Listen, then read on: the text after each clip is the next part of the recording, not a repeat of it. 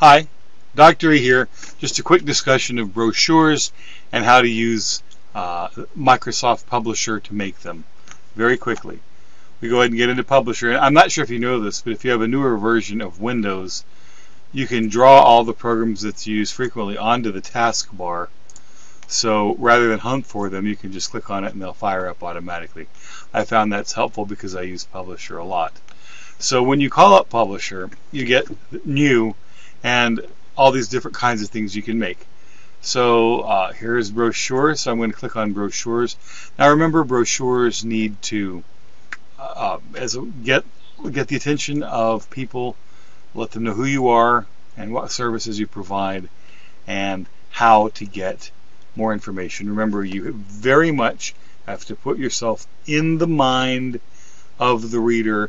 You're not writing for yourself, you're writing for someone that you want to read this brochure and say, hey, I need this organization services, I need to contact them, and write from that particular way as well. So I'm going to look at a couple of these examples, look at what's called arrows.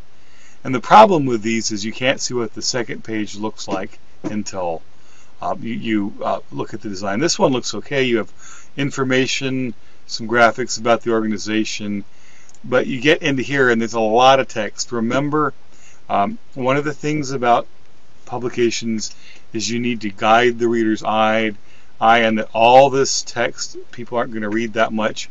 You need to break it up with bullet points, maybe some graphics, things like that. So I'm not very crazy about this particular design, so I'm going to get rid of that one. And you can hunt. There are a bunch of different ones that you will probably like. I'm just going to click on modular just because it's the next one that I click on as well. So here's a format I can live with. You've got basic information here, and here you've got the back where you can notice there's a lot of white space. A lot of organizations leave this blank so they can turn it into a mailer, so they can mail out a brochure without dropping it into an envelope. That will save 20-30 cents on postage if you can send out a bunch of them at a time. And then the middle, still not crazy about too texty, but I can work with this. So let's go ahead and let's say we want to start making a brochure for our nonprofit. So you click on start changing. So I just clicked on this and it's going to become my nonprofit. I'm going to expand this just so you can see what I'm doing very quickly. View. And right now it's on 62%. I'm going to do 100%. And it's probably going to make it a little bit bigger.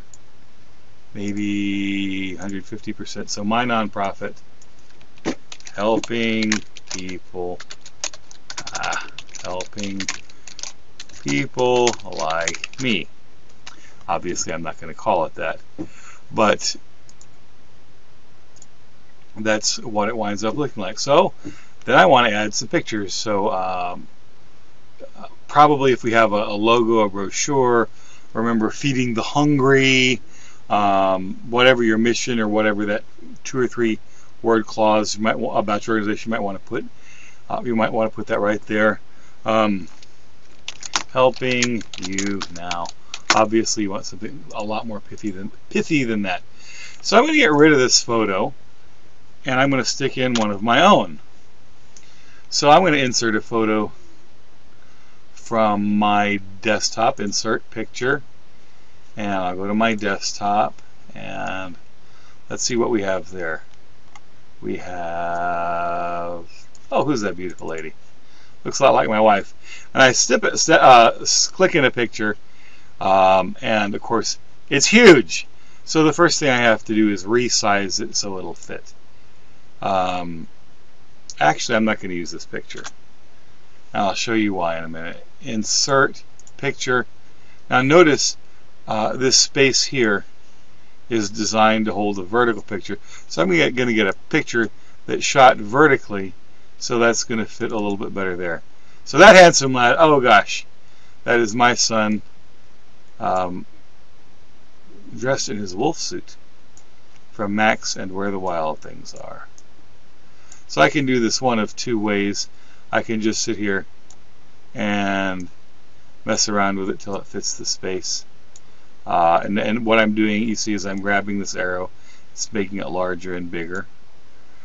Or another thing I could do is I could double click on it, or right click on it rather, and under Format Picture, I'll get Size, and by using the up and down arrows, I can make it smaller and larger. Some photos you have to do it that way. Other photos will let you do this drop and drag sizing. And so then they got telephone number. So 361 222 222 or something like that. Okay. And then this panel here, again, if we want to add other pictures, we could do that. We could get on. We could get this information here. We could turn it around. Our back panel, good place to sum up your products. Here when you need us, or something like that. More information like there. Put another photo in here, and get rid of that photo, and insert picture, and I don't know. That's, gosh, somebody else I recognize. Anyway, it's not wanting to get smaller. So notice how I'm fighting to do this. This might be one of those times when it would be better to just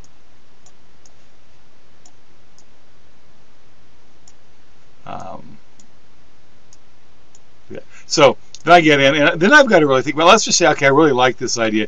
Here, set caption under the photo. Let's move over this way a little bit. Caption under the photo. Let's just say. So let's say we want to change the photo first, and insert picture, and we'll use this one. Again, another huge photo there that needs to be brought down massively to fit the space.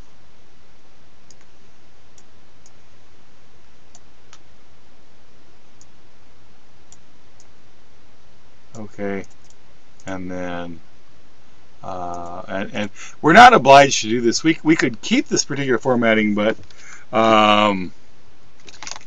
we could have a subheading like, and obviously what I'm doing is a little bit silly here, but I'm just trying to show you how the document works. So we want to just get rid of it completely. We like the trifold design, but if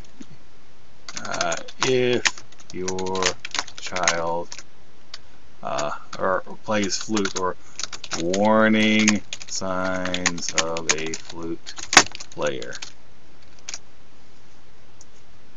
and then maybe I want to bold it, or I would go home and bold it or italicize it, things like that. And then I could do whatever I want. I could make a bullet list.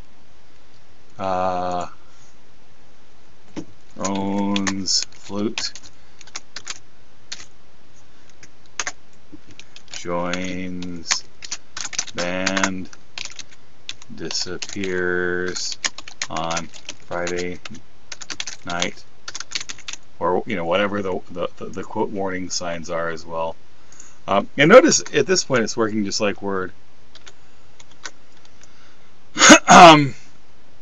We could even, as with anything else, we could move this in a little bit farther, move this in a little bit, and if you or some, well, I'm not liking this. Wanted to return to normal font. So if you, oh, well, that's even worse. Get rid of the underline and get rid of the bold. If you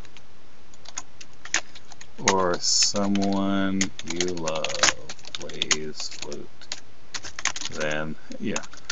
I'm not going to spend a lot more time on this, but I just wanted you to get a sense that basically the idea is that you find a format that you like, and then you start you basically start messing around with it, adding, subtracting. It works pretty much exactly like Word. You're not stuck with what they do, but they give you suggestions and helpful materials as well. Please don't tell my middle son or any of my kids or my wife that I used their photos in this. But again, just a basic tutorial. Word is, I'm sorry, Publisher is almost exactly the same to use as Word. It just gives you some formats, helps you print things a particular way. Very easy tool to use. So good luck. Hope you have a good week. Contact me if you need me. Thanks.